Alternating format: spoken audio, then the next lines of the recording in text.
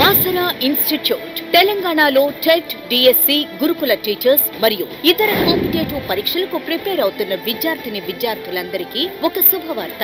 Offline coaching లో number 1 గా ఉన్న బాసరా ఇన్స్టిట్యూట్ వారు ఇప్పుడు ఆన్లైన్ లో బోధనలోకి అడుగు పెడుతున్నామని తెలియజేయడానికి సంతోషిస్తున్నాం. టెట్, డిఎస్సి, గురుకుల టీచర్స్ లో స్టేట్ నెంబర్ 1 ఫ్యాకల్టీచే బోధన మా ప్రత్యేకత. బాసరా ఇన్స్టిట్యూట్. Cell numbers 8686344155. అందరికీ శుభాకాంక్షలు. ప్రస్తుతం ఈ పాండమిక్ సిట్యుయేషన్లో కరోనా మహమ్మారి విజృంభిస్తున్న ఈ సందర్భంలో ఇంటి వద్దనే ఉంటూ రెగ్యులర్గా చేతులు శానిటైజ్ చేసుకుంటూ మాస్కులను ఉపయోగిస్తూ భౌతిక దూరాన్ని పాటిస్తూ మీరందరూ కూడా ఆరోగ్యంగా ఉండాలి అని ఆశిస్తూ భౌతిక శాస్త్రంలో ప్రధానంగా డిఎస్సిలో 12 చాప్టర్లు ఉన్నాయి. ఆ 12 చాప్టర్లో అతి ప్రధానమైనటువంటి ఖచ్చితంగా బిట్స్ రాదగినటువంటి ఒక ముఖ్యమైన పాఠము ధ్వని. నిత్య జీవితంలో పక్షుల కిలకిలారావాలు, మానవుల సంభాషణ, ఆటో శబ్దాలు, సంగీత వాయిద్యాల నుంచి వచ్చేటువంటి శబ్దాలు అవన్నీ కూడా సుపరిచయమే. ఈ ధ్వని పాఠ్యాంశంలో మనం ఈరోజు అతి ప్రధానమైనటువంటి అంశాలని నేర్చుకోవడం అనేది జరుగుతుంది. ధ్వని, సౌండ్. ఒక వస్తువుని కంపింప చేసినప్పుడు ఆ వస్తువు నుంచి వెలువడే శక్తి రూపాన్ని ధ్వని అంటాం. అంటే ఒక వస్తువును కంపింప చేసినప్పుడు మాత్రమే శబ్దోత్పత్తి జరుగుతుంది. వస్తువును కంపించకపోతే శబ్దోత్పత్తి జరగదు. మనం పరిశీలించినట్లయితే గంట, అదేవిధంగా ఒక గిన్నెలో వాటర్ తీసుకొని టేబుల్ స్పూన్ తోటి దాన్ని తట్టినప్పుడు శబ్దాన్ని గమనించండి. అదేవిధంగా ఒక చిన్న గిన్నెతోటి బెంచి మీద తట్టి చూడండి. అలా చేసిన తర్వాత మీ చిటికెన వేలు గోర్లు కానీ దాని మీద పెట్టినట్లయితే ఆ గోరు కూడా కంపిస్తుంది. నీ గోరు కంపించినంత కాలం ఆ వస్తువు నుంచి శబ్దాన్ని మనం వినొచ్చు. ఎప్పుడైతే ఆ వస్తువులో కంపనాలు ఆగిపోతాయో ఆ వస్తువు నుంచి శబ్దోత్పత్తి అనేది జరగదు. ఉదాహరణకి ఇదొక శృతిదండము. దీన్ని మొట్టమొదటిసారిగా జాన్ షోర్ అనే శాస్త్రవేత్త కనుక్కోవడం జరిగింది. ఒక నిర్దిష్టమైన పౌనఃపున్యాన్ని ఉత్పత్తి చేయడానికి ఈ సుదండాన్ని ఉపయోగిస్తారు.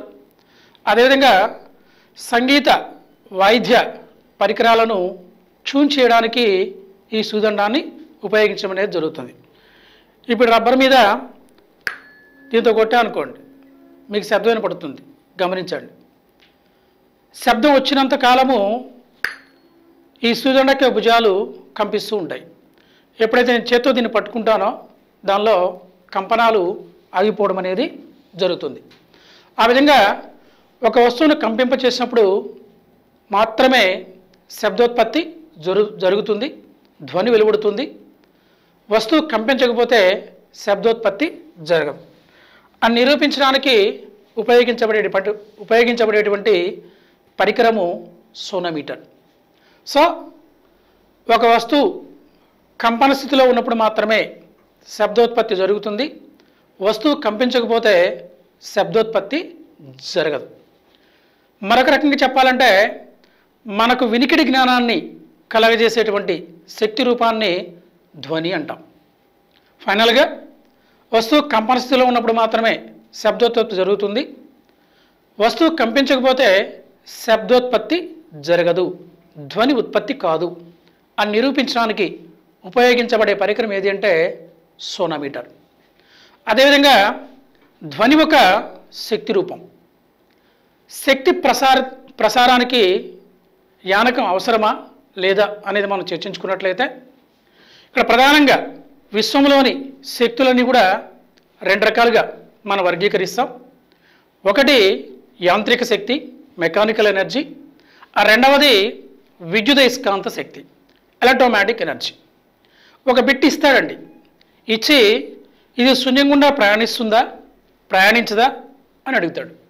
అలా అడిగినప్పుడు మనకు ప్రధానంగా గుర్తుకు రావాల్సింది ఇది యాంత్రిక శక్తి భాగమా లేదా విద్యుదయస్కాంత శక్తి భాగమా అనే అంశం మనకు ప్రధానంగా గుర్తు రావాలి. యాంత్రిక శక్తి ప్రసారానికి ఖచ్చితంగా యానకం అవసరం. యానకం లేకుండా యాంత్రిక శక్తి ప్రసారం అనేది జరగదు. అంటే శూన్యం ద్వారా యాంత్రిక శక్తి ప్రసారము జరగదు.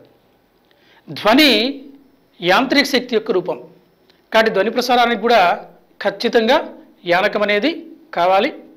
యానకం లేకుండా ధ్వని ప్రసారం అనేది జరగదు. అయితే ఈ ధ్వని ప్రసారిత పదార్థానికి యానకానికి ఖచ్చితంగా 2 ధర్మాలు ఉండాలి. ఒకటి స్థితిస్థాపకత, రెండవది జడత్వం. ఈ 2 ధర్మాలు కలిగిన యానకం మాత్రమే తన గుండా ధ్వని ప్రసారం చేస్తుంది. యాంత్రిక శక్తిలో భాగం కాబట్టి ఖచ్చితంగా యానకం అవసరం. ధ్వని శూన్యం గుండా ప్రయాణించదు. అలా కాకుండా కాంతి తీసుకున్నాం అనుకోండి. కాంతి అనేది ఒక విద్యుదయస్కాంత శక్తి రూపం. విద్యుదయస్కాంత శక్తి రూపం కాబట్టి యానకం గుండా ప్రయాణిస్తుంది, శూన్యం గుండా కూడా ప్రయాణిస్తుంది. కాబట్టి బిట్ ఇచ్చినప్పుడు ఏదైనా ఒక శక్తి రూపం ఇచ్చి దీనికి యానకం అవసరమా లేదా ఇది శూన్యంలో ప్రయాణిస్తుందా ప్రయాణించదా అనే అంశాన్ని అడిగినప్పుడు ఆ ఇచ్చిన శక్తి యొక్క రూపం యాంత్రిక శక్తిలో భాగమా విద్యుదయస్కాంత శక్తిలో భాగమా అనేది మనం ఫైండ్ అవుట్ చేయాలి. అలా చేసినప్పుడు యాంత్రిక శక్తి భాగము అని మనకు అనిపిస్తే అది శూన్యం గుండా ప్రయాణించదు. దాని ప్రయాణానికి ఖచ్చితంగా యానకం కావాలి. అలా కాకుండా విద్యుదయస్కాంత శక్తిలో భాగమని నీకు అనిపించింది అనుకోండి. విద్యుదయస్కాంత శక్తి శూన్యం ద్వారా పోతుంది మరియు యానకం ద్వారా కూడా పోతుంది. చిన్న ఎగ్జాంపుల్ అండి. సూర్యుడు భూమికి ప్రధానమైనటువంటి శక్తి వనరు సూర్యుడు. సూర్యుల్లో జరిగే చర్యలు కేంద్రక సంలీన చర్యలు. అంటే అనేక హైడ్రోజన్ పరమాణువులు కలిసి హీలియం మూలకంగా మారుతూ 26.7 మెగా ఎలక్ట్రాన్ వోల్టుల శక్తి జనించబడుతుంది. అలా అనేక హైడ్రోజన్ బాంబులు సెకండ్కి అక్కడ బద్దలవుతూ ఉంటాయి. ఇదే హైడ్రోజన్ బాంబులు ఇవ్వడం సూత్రం కూడా హైడ్రోజన్ బాంబులు ఇవ్వడం సూత్రము కేంద్రక సంలీన చర్య. సూర్యుల్లో జరిగే చర్యలు కేంద్రక సంలీన చర్యలు. ఆ చర్యలు జరుగుతున్నప్పుడు ధ్వని పుడుతుంది, అదేవిధంగా కాంతి కూడా వెలువడుతుంది. ఆ కాంతి నేరుగా భూమిని చేరుతుంది, కానీ ధ్వని మాత్రం భూమిని చేరదు. ఎందుకంటే ఈ భూమి యొక్క ఉపరితలం ఇంతవరకు భూమి అనుకున్నప్పుడు భూమి యొక్క ఆవల మొత్తం కూడా శూన్య ప్రదేశం ఉంటుంది. సూర్యుడి నుంచి ధ్వని కాంతి 2 వెలువడుతూ ఉంటాయి. కాంతి విద్యుదయస్కాంత శక్తి రూపం కాబట్టి శూన్యం గుండా ప్రయాణిస్తుంది, తద్వారా భూమిని చేరుతుంది.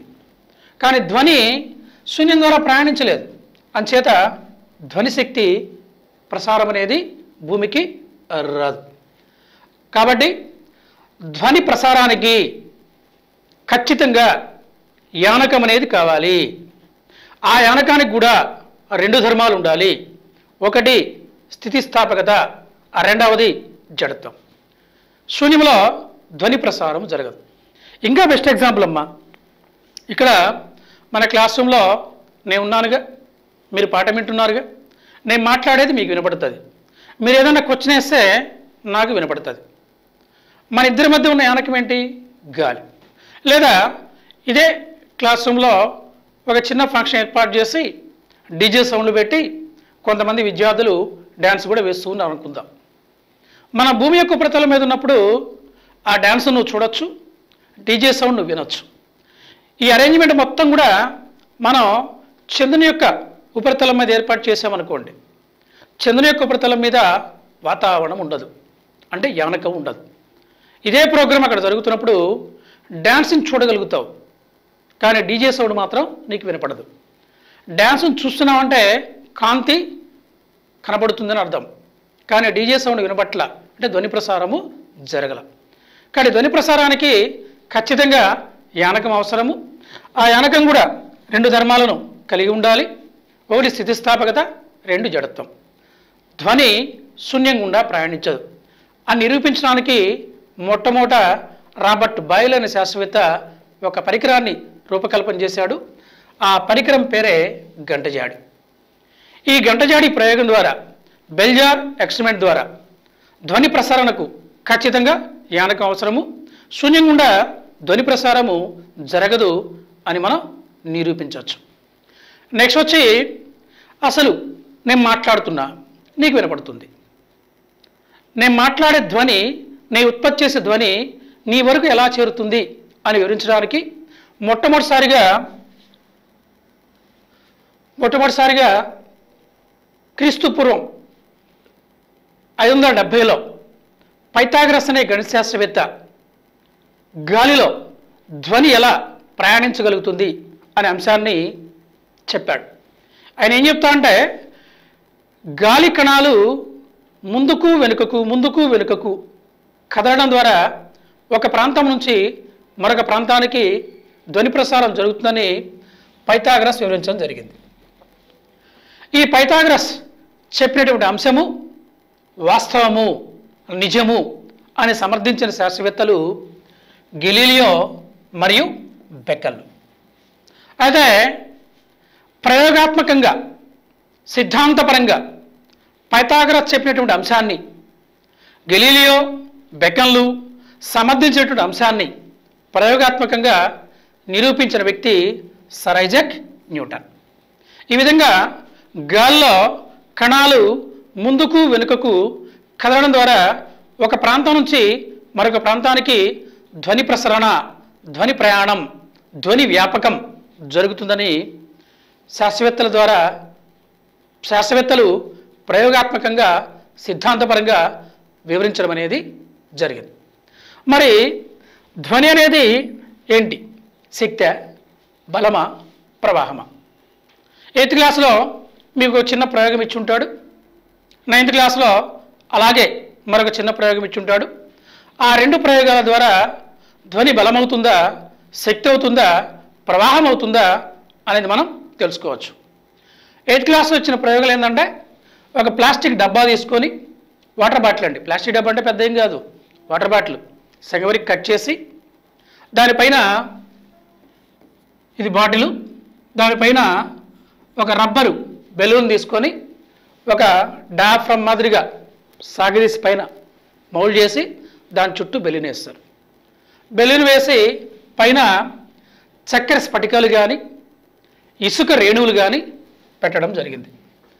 ఈ డబ్బా లోపల సెల్ ఫోన్ నుంచి రింగ్ సౌండ్ పెట్టినప్పుడు మీరు గమనించినట్లయితే ఈ చక్కెర స్ఫటికాలు కానీ లేదా ఇసుక రేణువులు కానీ కదులుతూ ఉంటాయి.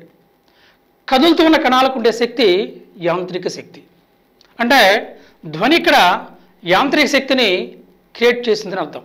కాబట్టి ధ్వని అనేది ఒక శక్తి రూపము అనేదాన్ని ఈ చిన్న ప్రయోగం ద్వారా మనం తెలుసుకోవచ్చు. మరొక ప్రయోగం కూడా చూద్దాం.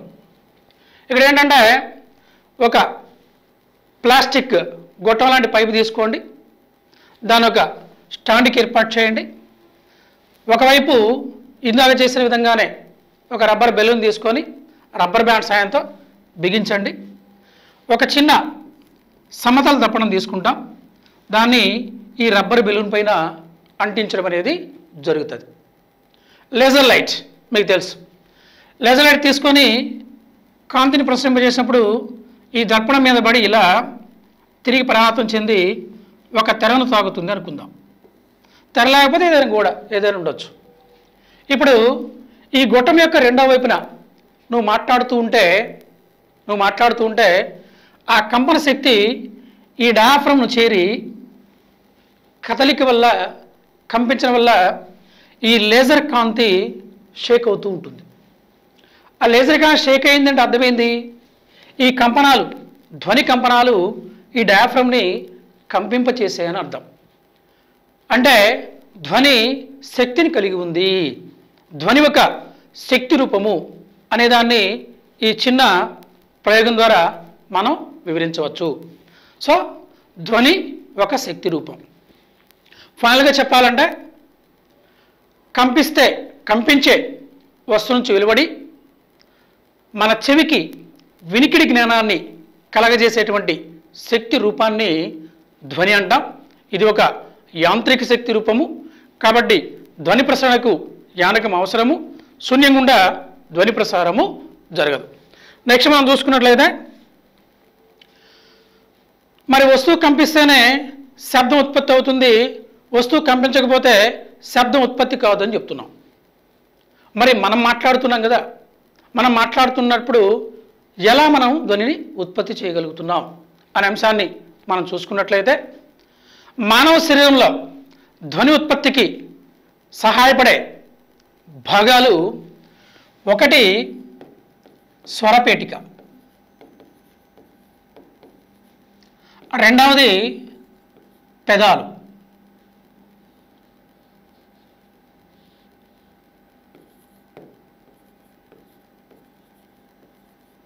మూడవది దంతాలు, నాలుక, నాలుగవది ముక్కు, గొంతు. ఇవి మానవ శరీరంలో ధ్వనిని ఉత్పత్తి చేయడానికి ప్రధానమైనటువంటి అవయవాలు. ఆ ప్రధానమైన అవయవాల్లో అతి ప్రముఖమైనది స్వరపేటిక. ఇది స్వరపేటిక, ఇలా ఉంటుంది. ఈ స్వరపేటికలో రెండు చిన్న కండరాలు ఉంటాయి. వీటినే స్వరతంతులు అంటాం, స్వరతంతులు అంటాం.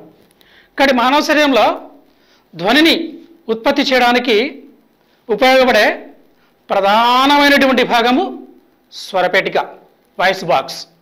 ఈ స్వరపేటికలో రెండు చిన్న కండరాలు ఉంటాయి. ఆ కండరాలనే మనం స్వరతంతులు అంటాం. ఈ స్వరతంతులు స్వరపేటికి అడ్డంగా ఉంటాయి. ఈ స్వరపేటికి అడ్డంగా ఉంటాయి ఆ రెండు కండరాలు. మనం గాలిని పీల్చినప్పుడు స్వరతంతులు తెరుచుకొనబడి గాలి ఊపిరితిత్తుల్లో చేరుతుంది. తర్వాత స్వరతంతులు మూసుకున్నప్పుడు ఊపిరితిత్తులకు స్వరతంతులకు మధ్య గాలి కంపించడం వల్ల శబ్దోత్పత్తి అనేది జరుగుతుంది. ఈ విధంగా మానవ శరీరంలో ధ్వనిని ఉత్పత్తి చేయడానికి సహాయపడే ప్రధానమైన భాగము స్వరపేటిక. ఆ స్వరపేటికకు అడ్డంగా రెండు కండరాలు ఉంటాయి. వాటినే స్వరతంతులు అంటాం. మగవారిలో వాస్తవంగా అయితే ఈ స్వరతంతుల పొడవు 20 మిల్లీమీటర్లు ఉంటుంది. మగవారిలో 20 మిల్లీమీటర్స్, ఆడవారిలో 15 మిల్లీమీటర్లు ఉంటుంది. చిన్నపిల్లల్లో 10 మిల్లీమీటర్ల కంటే తక్కువగా ఉంటుంది. ఇవన్నీ కూడా సగటు విలువలు. మగవారిలో స్వరతంతుల యొక్క సగటు పొడవు 20 మిల్లీమీటర్లు, అయితే మ్యాక్సిమం వచ్చి 44 మిల్లీమీటర్స్ ఉంటుంది. అదేవిధంగా ఆడవారిలో సగటున స్వరతంతుల పొడవు 15 మిల్లీమీటర్లు, మ్యాక్సిమం వచ్చి 36 మిల్లీమీటర్లు ఉంటుంది. అదేవిధంగా పసిపిల్లల్లో, చిన్నపిల్లల్లో స్వరతంతుల పొడవు 10 మిల్లీమీటర్ల వరకు ఉంటుంది. మరి నేను ధ్వని ఉత్పత్తి చేశా. మరి నేను ధ్వని ఉత్పత్తి చేసినప్పుడు నీకు వినపడుతుంది కదా, వినికిడి జ్ఞానం కలుగుతుంది కదా. ఆ వినికిడి జ్ఞానం కలగడానికి కారణమే మన చెవి. ఈ చెవిలో ప్రధానంగా 3 భాగాలు ఉంటాయి. చెవి వెలుపల భాగము, దీన్నే పిన్న అంటాం. చెవి మధ్య భాగము, చెవి యొక్క లోపలి భాగం. నేను మాట్లాడిన ధ్వని చెవి యొక్క వెలుపల భాగమైన పిన్నాలోకి ప్రవేశించి కంపనాలు చెవి రంధ్రం గుండా లోపలికి పోతాయి. చెవి రంధ్రం గుండా లోపలికి పోయి కర్ణబేరిని తాగుతాయి. ఆ కర్ణబేరిని కంపింపజేస్తాయి. ఈ కర్ణబేరిని తాకినటువంటి కంపనాలు మధ్య చెవిలోకి పోతాయి. ఈ మధ్య చెవిలో 3 ప్రధానమైన ఎముకలు ఉంటాయి. Malus, incus, స్టేప్స్. మ్యాలస్ సుత్యాకారంలో ఉంటుంది. ఇంకస్ అనివిల్ ఆకారంలో ఉంటుంది, స్టిరప్ ఆకారంలో ఉంటుంది. ఇవి ఈ కంపనాల యొక్క పరిమాణాన్ని పెంచుతాయి, ఆ కంపన శక్తి యొక్క పరిమాణాన్ని పెంచుతాయి. సో చెవి వెలుపల భాగమే పిన్న. ఆ పిన్నాని కంపనాలు చేరినప్పుడు చెవిరంధ్రం గుండా అవి కర్ణబేరిని తాగుతాయి, కర్ణబేరిని కంపింపజేస్తాయి. ఆ కంపన శక్తిని కర్ణబేరి మధ్య చెవిలోకి పంపుతుంది. ఆ మధ్య చెవిలో అతి చిన్న 3 ఎముకలు ఉంటాయి. ఆ 3 ఎముకలే మెలస్ సుత్యాకారము, ఇంకస్ అనివిల్ ఆకారము, స్టిరప్ ఆకారం. ఇవి ధ్వని పరిమాణాన్ని పెంచుతాయి. ఆ పెంచబడిన ధ్వని పరిమాణాన్ని స్టీప్స్ ఏం చేస్తుందంటే వవల్ విండోలోకి పంపుతుంది. ఈ వవల్ విండో కర్ణబేరి తలములో 1/20వ వంతు భాగం ఉంటుంది. వవల్ విండో తలము కర్ణబేరి తలములో 1/20వ వంతు భాగం ఉంటుంది. ఆ కారణంగా ఇక్కడ ధ్వనిశక్తి యొక్క పరిమాణము 30 నుంచి 60 రెట్లు పెంచబడుతుంది. ధ్వనిశక్తి యొక్క పరిమాణం 30 నుంచి 60 రెట్లు పెంచబడుతుంది. ఆ తదుపరి ఈ ఓవల్ విండో నుంచి ఇవి కోక్లియా అని చేరుతాయి. ఇది చిక్కటి ద్రవాలతో నిండి ఉండబడేటువంటి ప్రాంతం. చిక్కటి ద్రవాలతో నిండిబడి ఉండేటువంటి ప్రాంతమే కోక్లియా. దీన్ని అంటిపెట్టుకొని సన్నని వెంట్రుకల వంటి నాడులు ఉంటాయి. ఈ నాడులు ధ్వని శక్తిని, ధ్వని సంకేతాలను విద్యుత్ సంకేతాలుగా మార్చి మెదడుకు చేరవేస్తాయి. కోక్లియాని అంటిపెట్టుకొని సన్నని వెంట్రుకల వంటి నాడులు ఉంటాయి. ఈ నాడులు ధ్వని సంకేతాలను విద్యుత్ సంకేతాలుగా మార్చి మెదడుకి చేరవేయడం అనేది జరుగుతుంది. సో ఈ విధంగా నేను మాట్లాడిన ధ్వని మీకు వినపడడానికి కారణం ఈ జరిగేటువంటి దశలన్నీ కూడా. అయితే అలా కాకుండా కపాలం మీద డైరెక్ట్గా తడ్డామనుకో ఈ ప్రాసెస్ ఏం జరగదు. డైరెక్ట్గా ఆ శబ్దం మెదడుని చేస్తుంది. ఈ విధంగా మానవ శరీరంలో ధ్వని ఉత్పత్తి చేయడానికి దోహదపడే అవయవాలు ఏంటి, అదేవిధంగా మనం మాట్లాడిన ధ్వని, నేను మాట్లాడిన ధ్వని నీ వరకు ఎలా చేరుతుంది, మెదడు ఎలా సంగ్రహిస్తుంది అనేదాన్ని మనం ఈ విషయం ద్వారా అవగాహన చేసుకోవచ్చు. నెక్స్ట్, ఇక వస్తువు కంపిస్తేనే శబ్దం ఉత్పత్తి అవుతుంది, వస్తువు కంపించకపోతే శబ్దం ఉత్పత్తి కాదు అని చెప్తున్నాం. అంతే కదా, వస్తువు కంపిస్తేనే శబ్దోత్పత్తి జరుగుతుంది, వస్తువు కంపించకపోతే శబ్దోత్పత్తి జరగదు అని చెప్తున్నాం. అసలు కంపనం అంటే ఏంది? What is mean by vibration? డోలనము అంటే ఏంది? ఇప్పుడు చూడండి, ఇది ఒక స్థిర ఆధారము, దానికి ఒక దారాన్ని గడ్డ, ఆ దారం చివర ఒక గోళాన్ని ఏర్పాటు చేశాం. ఈ మొత్తం ఏర్పాటుని ఏమంటామంటే లఘులోలకము అంటాం. లఘులోలకం, సింపుల్ పెండ్యూమ్ అంటాం. ఇప్పుడు దీన్ని పక్కగా వదిలాం అనుకోండి, గోళాన్ని పట్టుకొని లఘులోలకాన్ని పట్టుకొని పక్కగా వదిలాం అనుకోండి, అది ఏం చేస్తుంది? అటు ఇటు తిరుగుతుంది. దేని ఆధారంగా? ఈ బిందువు ఆధారంగా. ఈ స్థిర బిందువుకి అటు ఇటు ఆ వస్తువు కదలం అనేది జరుగుతుంది. అంత ఎందుకండి, చెట్టు కొమ్మకు ఉయ్యలు కడతారు కదా, ఉయ్యల్లో ఒక పాపను కూర్చోబెట్టారు, ఊపారు అనుకోండి, ఆ పాప ఊగుతుందిగా. ఆవిడ పోయినంత దూరం కొమ్మ పోతుందా? కొమ్మ పోదు, కొమ్మ అక్కడే ఉంటుంది. కొమ్మకి అటు ఇటు ఆ బాలిక కదలడం అనేది జరుగుతుంది. ఇక్కడ కూడా అంతే, ఇది కదులుతూ ఉన్నదంటే అటు ఇటు ఈ బిందువు ఆధారంగా. ఒక స్థిర బిందువుకు అటు ఇటు కుడి పక్కకు ఎడం పక్కకు వస్తువు కదలడాన్ని ఏమంటామంటే ప్రకంపనము అంటాం, డోలనము అంటాం, వైబ్రేషన్ అంటాం. The to and fro motion of a body from it's mean position is called vibration or oscillation. కాబట్టి స్థిర బిందువుకు ఆధారంగా అటు ఇటు వస్తువు కదలడాన్నే మనము కంపనము లేదా డోలనము అని చెప్పడం జరుగుతుంది. మరి ఒక పూర్తి కంపనం అంటే అర్థం ఏంటి? What is mean by complete vibration? For example, ఇక్కడి నుంచి బయలుదేరింది అనుకోండి, మధ్యకి వెళ్ళాలి, ఈ చివరికి వెళ్ళాలి, మళ్ళా మధ్యకి రావాలి, మళ్ళా ఇక్కడికి రావాలి. అంటే ఎక్కడి నుంచి అయితే వస్తువు బయలుదేరిందో తిరిగి మళ్ళా అక్కడికి రావాలి. లేదా ఇక్కడి నుంచి బయలుదేరింది అనుకోండి, ఈ వైపుకి వెళ్ళి ఇలా వచ్చి మళ్ళీ ఈ వైపుకి వెళ్ళి మళ్ళీ ఇలా వచ్చింది అనుకోండి, ఒక కంపనం పూర్తయిందని అర్థం. ఒక కంపనం పూర్తయిందని అర్థం.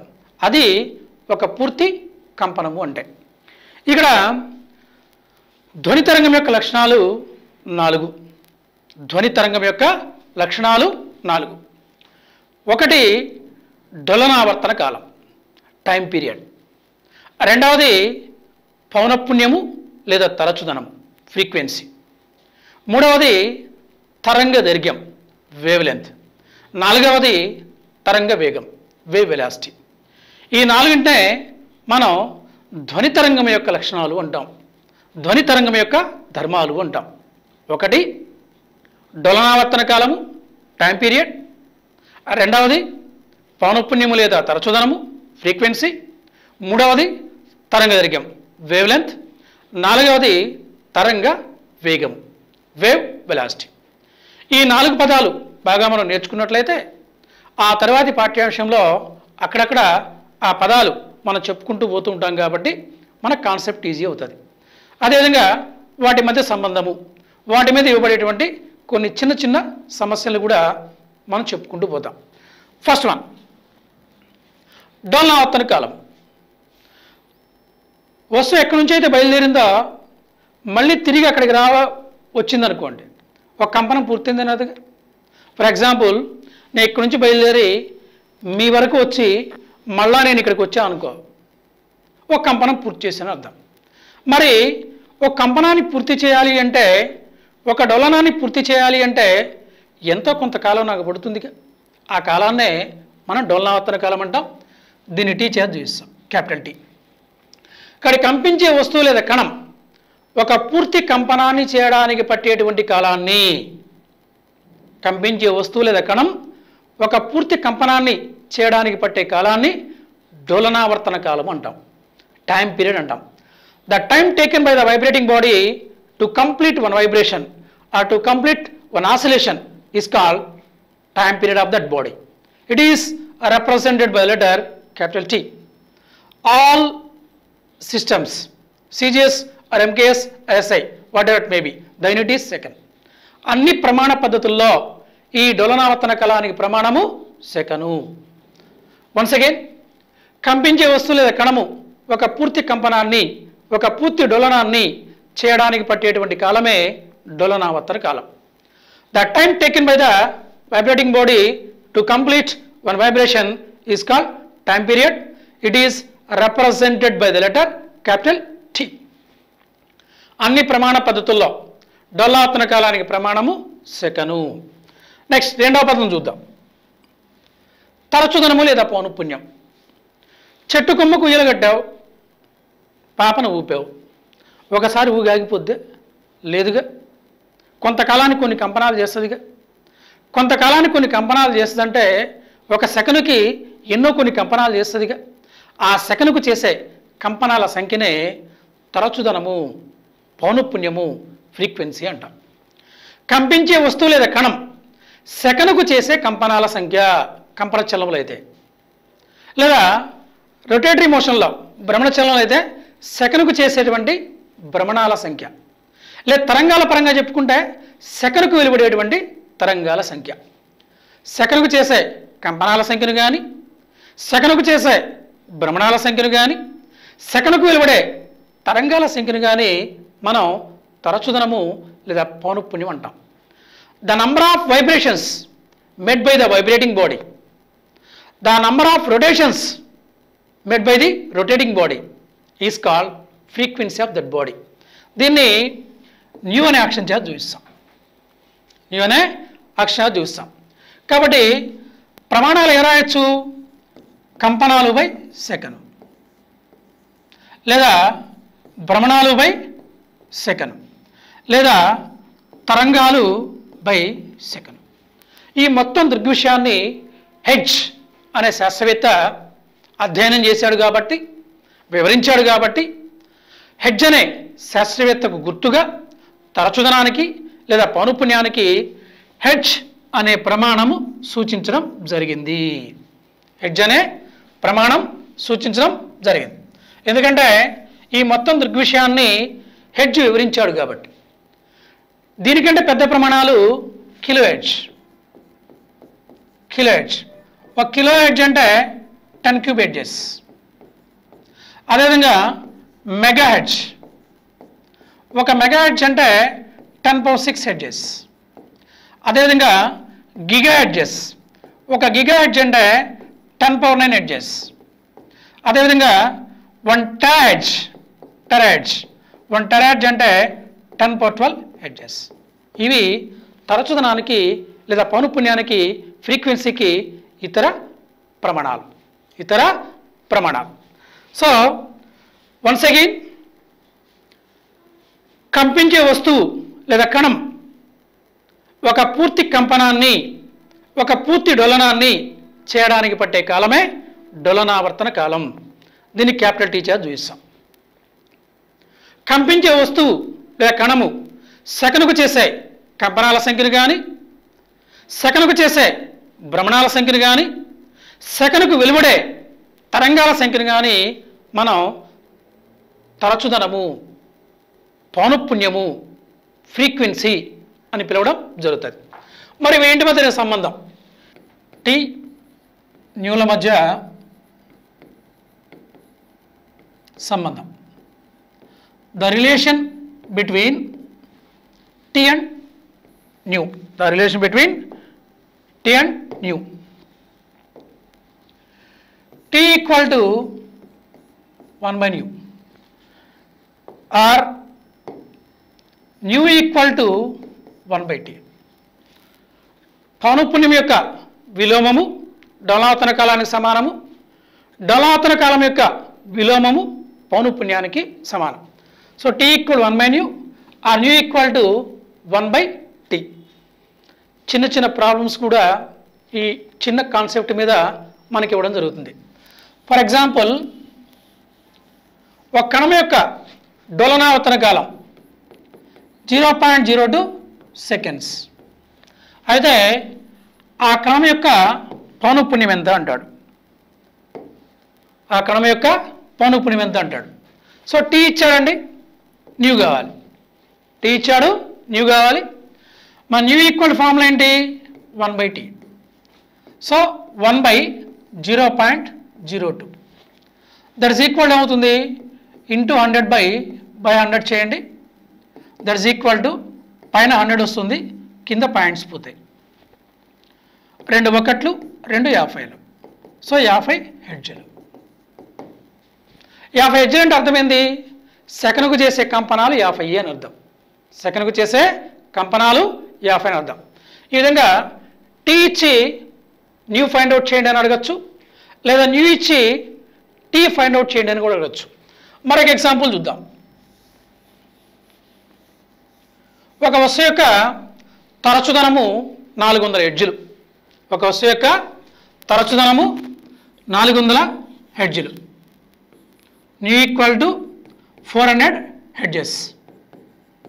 అయితే ఆ వస్తువు యొక్క డోలనావర్తన కాలము ఎంత? ఆ వస్తువు యొక్క డోలనావర్తన కాలము ఎంత అనేది చూసినట్లయితే, న్యూ వాడు ఇచ్చాడు, టీ మనం ఫైండ్ అవుట్ చేయాలి. న్యూ వాడు ఇచ్చాడు, టీ మనం ఫైండ్ అవుట్ చేయాలి. న్యూకి టీకి మధ్య సంబంధం ఏంటి? T equal to 1/nu. T equal to 1/nu. So nu ఇచ్చాడు కాబట్టి 1/400. 1/400 ఎంత వస్తుంది?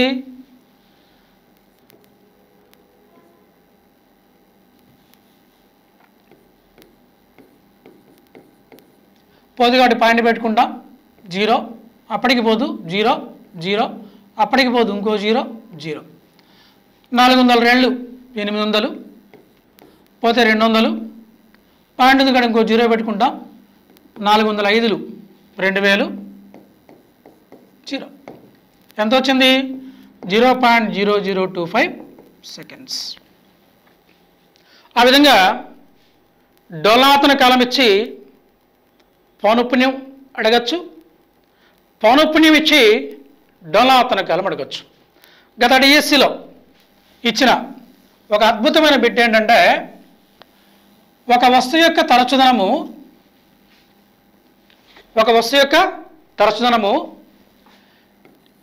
50 హెర్ట్జులు.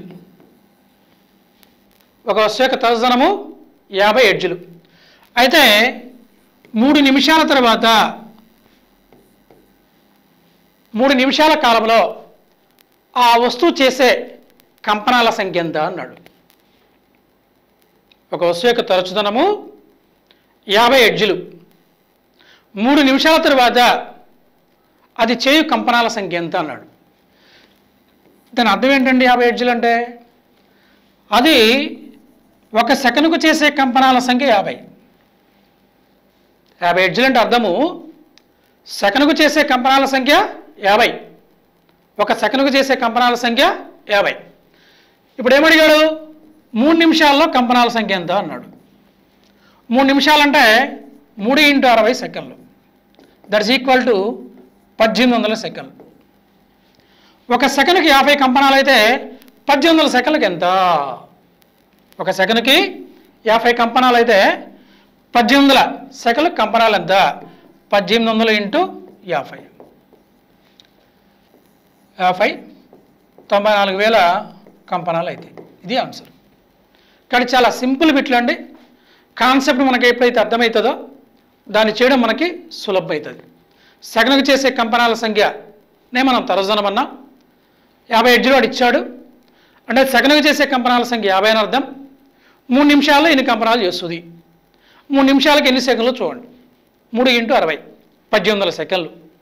1800 × 50. ఎందుకని? ఒక సెకనుకి 50 కంపనాలు కాబట్టి 1800 సెకండ్లకి ఎన్ని కంపనాలు అంటే 1800 × 50 వేస్తాం. వేస్తే మనకు మొత్తం కంపనాలు రావడం జరుగుతుంది.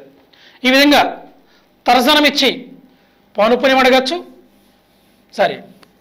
డోలాతన కాలం ఇచ్చి పౌనఃపున్యం అడగచ్చు, పౌనఃపున్యం ఇచ్చి డోలాతన కాలం అడగచ్చు, లేదా పౌనఃపున్యం ఇచ్చి కాలం ఇచ్చి ఆ కాలంలో ఎన్ని కంపనాలు జరిగే అడగచ్చు. ఇంకోసారి కూడా మరొక రకంగా కూడా బిట్ రావడం జరుగుతుంది. 10 సెకండ్లలో ఒక వస్తువు 100 కంపనాలు చేస్తుంది. 10 సెకండ్లలో ఒక వస్తువు 100 కంపనాలు చేస్తుంది. 10 సెకండ్లలో ఒక వస్తువు 100 కంపనాలు చేస్తుంది. అయితే ఆ వస్తువు యొక్క తరచుదనం ఎంత? 10 సెకండ్లకి 100 కంపనాలు అయితే ఇప్పుడు 1 సెకండ్కి ఎంత అవుతాయండి? 100/10 అవుద్దిగా. ఇప్పుడు 00 క్యాన్సిల్ కొడితే 10 హెర్ట్జులు. కాబట్టి ఆ వస్తువు యొక్క తరచుదనము 10 హెర్ట్జులు అవుతుంది. ఈ విధంగా కూడా బిట్ ఇవ్వడానికి అవకాశం ఉన్నది. కాబట్టి ధ్వని తరంగ లక్షణాలైనటువంటి డోలాతన కాలం అంటే ఏం చెప్పుకున్నాం, తరచుదనం అంటే ఏందో చెప్పుకున్నాం.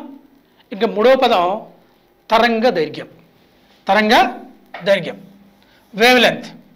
ఈ తరంగ దైర్ఘ్యాన్ని వేవ్ లెంత్ని లాంబ్డా అనే అక్షరం చేత చూపిస్తాం.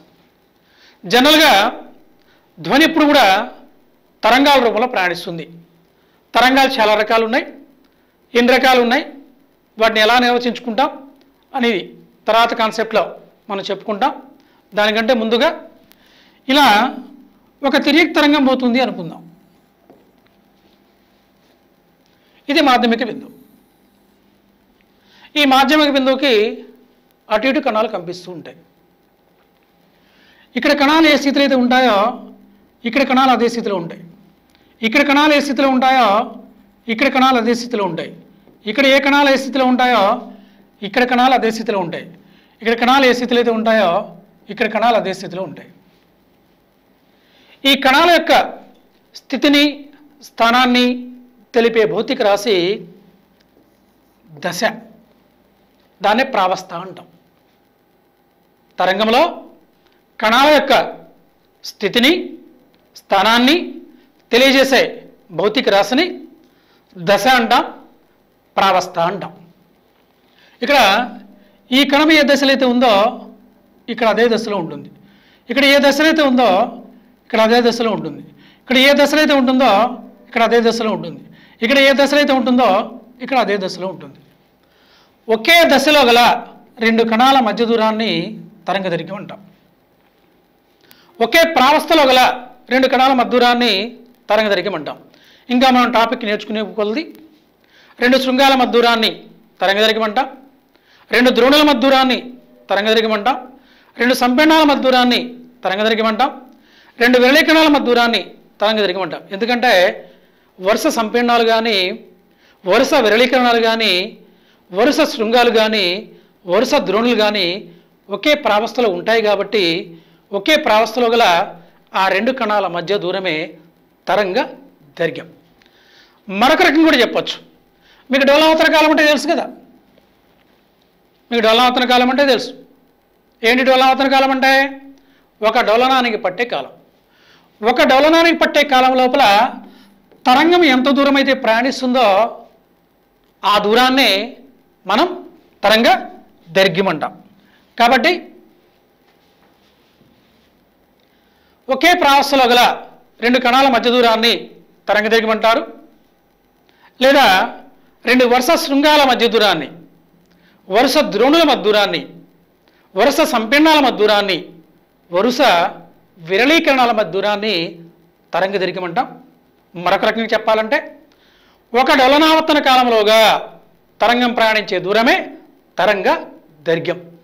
కానీ దూరం కాబట్టి సిఎస్ ప్రమాణము సెంటీమీటరు, ఎంకేఎస్ లేదా ఎస్ఐ ప్రమాణము మీటర్. సిఎస్ ప్రమాణము సెంటీమీటరు, ఎంకేఎస్ లేదా ఎస్ఐ ప్రమాణము మీటర్. నెక్స్ట్ మరొక పదము కంపన పరిమితి, యాంప్లిట్యూడ్. గత డిఎస్సిలో ఈ కంపన పరిమితి మీద వివిధ రకాలుగా 3 బిట్లు ఇవ్వడం జరిగింది. 3 బిట్లు ఇవ్వడం జరిగింది. ఇప్పుడు చూడండి, ఇది ఒక స్థిర ఆధారం అనుకుందాం. దానికి దారం కట్టాయి, దారం చివరి గోళం కట్టాయి. ఈ మొత్తం ఏర్పాటునే మనం ఏమన్నాం? లఘులోలకము అన్నాం. దీన్ని పక్కగా వదిలామనుకో ఎంతో కొంత దూరం వెనక్కి వస్తుంది. చెట్టు కొమ్మ కుయ్యలు కట్టావు, ఓ పాపను కూర్చోబెట్టావు, ఊపావు, ఊగిద్దిగా.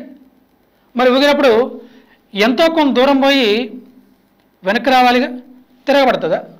తిరగబడి దాన్ని కంపనం అనరు, సర్కస్ అంటారు. కాబట్టి ఈ కంపించే వస్తువు మాధ్యమిక స్థానం నుంచి ఎంతో కొంత దూరం పోతుంది. అది పోయే ఆ గరిష్ట దూరాన్నే కంపన పరిమితి అంటాం.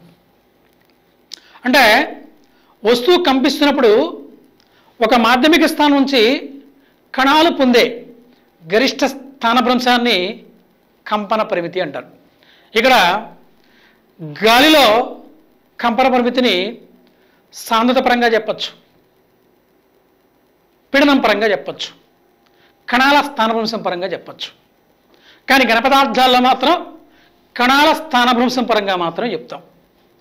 గాలిలో కణాల సాంద్రత పరంగా చెప్తారు, గాలిలో పీడనం పరంగా చెప్తారు, గాలిలో కణాల స్థానభ్రంశం పరంగా చెప్తారు.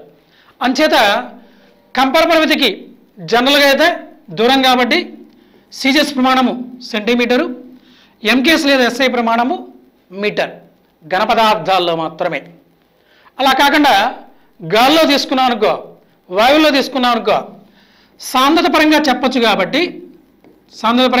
కాబట్టి సాంద్రత ప్రమాణం ఏంటి? Gram by centimetre cube. లేదా ఇది సిజిఎస్ ప్రమాణం. ఎస్ఐ ప్రమాణం అయితే కేజీ బై మీటర్ క్యూబ్. అదే పీడనం పరంగా చెప్పామనుకోండి,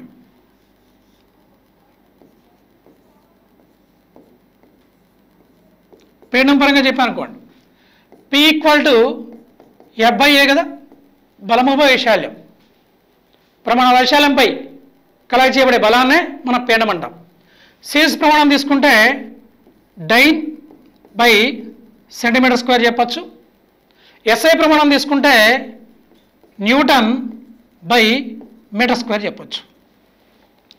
ఈ న్యూటన్ బై మీటర్ స్క్వేర్ని మనం పాస్కల్ అంటాం. న్యూటన్ బై మీటర్ స్క్వేర్నే మనం పాస్కల్ అంటాం. గత డిఎస్సీలో అడిగిన బిట్ ఏంటంటే ఈ క్రింది వానిలో కంపన పరిమితికి ప్రమాణము కానిది డాష్ అన్నాడు. కంపన పరిమితికి ప్రమాణము కానిది డాష్ అన్నాడు. ఆప్షన్ 1 ఏంటంటే metre, option 2 kg by metre cube, option 3 pascal, option 4 metre cube. ఏదో చెప్పండి. ఈ క్రింది వానిలో కంపన పరిమితికి ప్రమాణము కానిది. జనరల్గా మనం ఏం చేస్తాం, మీటర్ అనేది గుర్తుపెట్టుకుంటాం. ఎందుకంటే మాధ్యమిక స్థానం నుంచి కంపించే వస్తువు పొందే గరిష్ట స్థానవంశాన్ని జనరల్ కంపన పరిమితి అంటాం కాబట్టి అది ఘన పదార్థాల వరకు మాత్రమే. కానీ వేల విషయంలో సాంద్రపరంగా చెప్పచ్చు, పీడనపరంగా చెప్పచ్చు. కాబట్టి మీటర్ కరెక్ట్ ఆన్సరే. కేజీ బై మీటర్ క్యూబ్ సాంద్రతకు ప్రమాణం కాబట్టి కంపన పరిమితిని సాంద్రత పరంగా కూడా చెప్పచ్చు. పాస్కల్ అనేది పీడనానికి ప్రమాణం, కంపన పరిమితిని పీడనం పరంగా కూడా చెప్పచ్చు. మీటర్ క్యూబ్ అంటే ఘన పరిమాణం. కాబట్టి ప్రమాణము కానిది ఏది అంటే మీటర్ క్యూబ్. ఆ విధంగా బిట్లు ఇవ్వడానికి ఆస్కారం ఉన్నది. మరొక బిట్ అడిగాడు, గాలిలో కంపన పరిమితిని ఏ భౌతిక రాశుల పరంగా చెప్పచ్చు, ఏ భౌతిక రాశుల పరంగా వివరించవచ్చు అన్నాడు. పాయింట్ నెంబర్ 1 కణాల గరిష్ట స్థానభ్రంశం, పాయింట్ నెంబర్ 2 సాంద్రత, పాయింట్ నెంబర్ 3 పీడనము, పాయింట్ నెంబర్ 4 పైవన్నీ అని. ఆన్సర్ ఏమవుతుంది? పైవన్నీ అవుతుంది. ఎందుకంటే కంపన పరిమితిని గాలిలో వాయువులలో సాంద్రత పరంగా చెప్పచ్చు, పీడనం పరంగా చెప్పచ్చు, కణాల గరిష్ట స్థానభ్రంశం పరంగా కూడా మనం చెప్పడానికి అవకాశం ఉన్నది. కాబట్టి వెరీ ఇంపార్టెంట్. కంపన పరిమితి అనే పదం చాలా కన్ఫ్యూజన్గా ఉంటుంది. దాని మీదే బిట్లు ఇవ్వడం కూడా మీకు జరిగింది. వాయువుల్లో కంపన పరిమితి, గాల్లో కంపన పరిమితి వేరు, ఘన పదార్థాల కంపన పరిమితి వేరు. గాల్లో కంపన పరిమితిని కణాల గరిష్ట స్థానభ్రంశం పరంగా చెప్పచ్చు, సాంద్రత పరంగా చెప్పచ్చు, పీడనం పరంగా చెప్పచ్చు. ఈ 3 భౌతిక రాశుల పరంగా చెప్పచ్చు. కాబట్టి ఆ 3 భౌతిక రాశులకు ఏ ప్రమాణాలు అయితే వస్తాయో ఆ ప్రమాణాలన్నీ కూడా కంపన పరిమితికి ప్రమాణాలు అవుతాయి గాలిలో. కానీ ఘనపదార్థాల విషయంలో మాత్రం కణాల గరిష్ట స్థానభ్రంశాన్నే మనం కంపన పరిమితి అంటాం. ఘనపదార్థాల్లో పీడన పరంగా సాంద్రత పరంగా మనం కంపన పరిమితిని చెప్పాం. దేని పరంగా చెప్తాం? కణాల యొక్క గరిష్ట స్థానభ్రంశం ప్రకారం మాత్రం చెప్తాం. బాగా గుర్తుపెట్టుకోండి. వెరీ వెరీ ఇంపార్టెంట్ అంశం ఇది. ఇంక తర్వాత వచ్చినట్లయితే అలాగే మీకు చెప్పున్నా తరంగ దైర్ఘ్యం అంటే ఒక డోలనావర్తన కాలంలో అంటే టీ సెకండ్లలో తరంగ దూరం తరంగ దైర్ఘ్యానికి సమానం. అంతే కదండి. ఇందాకే చెప్పాను నేను 2 రకాలుగా చెప్పచ్చు. అది ఒకే ప్రావస్థలో గల 2 కణాల మధ్య దూరము తరంగ దైర్ఘ్యము, లేదా ఒక డోలనావర్తన కాలంలో అంటే టీ సెకండ్లో తరంగం ఎంత దూరం అయితే పోతుందో అది ప్రయాణించిన దూరము తరంగ దైర్ఘ్యానికి సమానమని. కాబట్టి టీ సెకండ్లో తరంగ దూరం ఎంత? లాంబ్డా. అప్పుడు 1 సెకండ్లో తరంగ దూరం ఏమవుతుంది? Lambda by tea అవుతుందిగా. 1 సెకండ్లో తరంగ దూరం లాంబ్డా బై టీ. 1 సెకండ్లో తరంగం ప్రయాణించే దూరాన్నే మనం తరంగ వేగం అంటాం. ప్రమాణ కాలంలో 1 సెకండ్ కాలంలో ఏకాంక కాలంలో తరంగం ప్రయాణించే దూరమే తరంగ వేగం. The distance travelled by the wave in 1 second is called wave velocity. It is represented by the letter V. CGS unit is centimeter by second. SI or MKS unit is meter by second. CGS ప్రమాణము centimetre by second, SI ప్రమాణము metre by second. Once again, ధ్వని తరంగం యొక్క ధర్మాలు, ధ్వని తరంగం యొక్క లక్షణాలు. 1 డోలనావర్తన కాలము, 2 తరచుదనము, 3 తరంగదైర్ఘ్యము, 4 కంపన పరిమితి, 5 తరంగ వేగం. ఒక డోలనానికి పట్టే కాలం డోలనావర్తన కాలం, సెకనుకు చేసే డోలనాల సంఖ్య తరచుదనము, కంపించే వస్తువు మాధ్యమిక స్థానం నుంచి పొందే గరిష్ట స్థానభ్రంశం కంపన పరిమితి, గాలిలో కంపన పరిమితిని కణాల స్థానభ్రంశ పరంగా చెప్పచ్చు, సాంద్రత పరంగా చెప్పచ్చు, పిండం పరంగా చెప్పచ్చు. ఘన పదార్థాల్లో మాత్రం కంపన పరిమితిని కణాల స్థానభ్రంశం పరంగా మాత్రమే చెప్తాం. ఒక సెకను కాలంలో తరంగం ప్రయాణించే దూరమే తరంగ వేగం. వాటన్నిటి యొక్క ప్రమాణాలు, అదేవిధంగా టీకి న్యూకి మధ్య సంబంధం టీ ఈక్వల్ 1/న్యూ, న్యూ ఈక్వల్ 1/t. ఇక తరంగ వేగానికి, తరంగ దైర్ఘ్యానికి, డోలనావర్తన కాలానికి, పౌనఃపున్యానికి మధ్య సంబంధం ఏందో చూద్దాం. ఒక సెకన్లో తరంగ దూరం లాంబ్డా కదండి, టీ సెకన్లో తరంగ దూరం లాంబ్డా కదా. అప్పుడు ఒక సెకన్లో తరంగ దూరం ఏమవుతుంది? λ/t. ఒక సెకన్లో తరంగ దూరాన్నే కదా మనం తరంగ వేగం అంటాం. అప్పుడు v ఈక్వల్ ఏమవుతుంది? λ/t. దీన్ని ఇలా విడగొట్టచ్చుగా, 1/t ఇంటూ లాంబ్డా అని విడగొట్టాను అంతే. λ/tని 1/t ఇంటూ లాంబ్డా వేసుకున్నా, మీరు పెంచుకుంటే λ/tనే వస్తుంది. ఈ 1/tని న్యూ అనొచ్చుగా, న్యూ ఈక్వల్ 1/t కదా. దేర్ఫోర్ v ఈక్వల్ ఏమవుతుంది? v equal to new lambda. v equal to new lambda. ఇది తరంగ వేగానికి, తరంగ తరచుదనానికి, తరంగ దైర్ఘ్యానికి మధ్య ఉండేటువంటి సంబంధం. ఇక్కడ మొత్తం 3 భౌతిక రాశులు ఉన్నాయి. తరంగ వేగం ఉన్నది, తరచుదనం ఉన్నది, తరంగ దైర్ఘ్యం ఉన్నది. ఆ 3 భౌతిక రాశుల్లో ఏవో 2 ఇస్తాడు, మూడో దాన్ని కనుక్కోమంటాడు. వి న్యూ లాంబ్డాలలో 2 భౌతిక రాశులు ఇచ్చి మూడో దాన్ని కనుక్కోమంటాడు. చాలా సింపుల్ అండి. ఫిజిక్స్లో లెక్కలు చేయడం అనేది డెడ్ ఈజీ, చాలా సింపుల్. మనం అర్థం చేసుకోవడంలోనే ఉంది. 2 ఇస్తాడు కదా, మూడోది కనుక్కోవాలిగా. సూత్రం రాయి. ఆ సూత్రంలో ఇచ్చినవి రాసేయి, కనుక్కోవాల్సిన ఆడే ఉంటుంది. ప్లీజ్ నన్ను కనుక్కోవా అని. దాన్ని అక్కడే ఉంచి మిగతా మొత్తాన్ని రెండో వైపు తీసుకొచ్చామనుకో మన ఆన్సర్ వస్తుంది. అవునా కదా? v ఈక్వల్ న్యూ లాంబ్డా, ఏవో 2 ఇస్తాడు, మూడోది కనుక్కోవాలి. ఆ సమీకరణంలో ఇచ్చిన 2 రాసేయి, మూడోది అక్కడే ఉంటుంది, దాన్ని అక్కడే ఉంచు. మిగతా విలువలు మొత్తం రెండో వైపుకి తీసుకెళ్ళు, అక్కడ రిజల్ట్ కనుక్కో. ఆ రిజల్టే నువ్వు కనుక్కోవాల్సిన భౌతిక రాశి యొక్క పరిమాణం. ఉదాహరణకండి, గాల్లో ధ్వనివేగం 330 మీటర్లు పర్ సెకను, ధ్వని తరంగం 330 మీటర్లు పర్ సెకండ్ వేగంతో ప్రయాణిస్తున్నది. దాని యొక్క తరంగ దైర్ఘ్యము 3 మీటర్లు. అయితే తరచుదనం ఎంత అంటాడు. ఒక ధ్వని తరంగం గాల్లో 330 మీటర్లు పర్ సెకండ్ వేగంతో ప్రయాణిస్తుంది. దాని తరంగం యొక్క పొడవు, తరంగం యొక్క పొడవు అంటే తరంగ దైర్ఘ్యమే, దాని తరంగం యొక్క పొడవు 3 మీటర్లు. అయితే పౌనఃపున్యం ఎంత, తరచుదనం ఎంత కనుక్కోండి అంటాడు. సో ఇందాక మనం చెప్పినట్టే v ఈక్వల్ న్యూ లాంబ్డా సమీకరణం రాయండి, దానిలో ఇచ్చినవి రాసేయండి. దానిలో ఇచ్చినవి రాస్తాం. ఏమి ఇచ్చాడండి? v ఇచ్చాడు 330, న్యూ ఇచ్చాడా మనం ఫైండ్ అవుట్ చేయాలి. లాంబ్డా 3 ఇచ్చాడు, 3 ఒకట్లు 3 ఒకట్లు 3 ఒకట్లు 0. సో న్యూ ఈక్వల్ ఏమవుతుంది? 110 అవుతుంది ఎడ్జన్.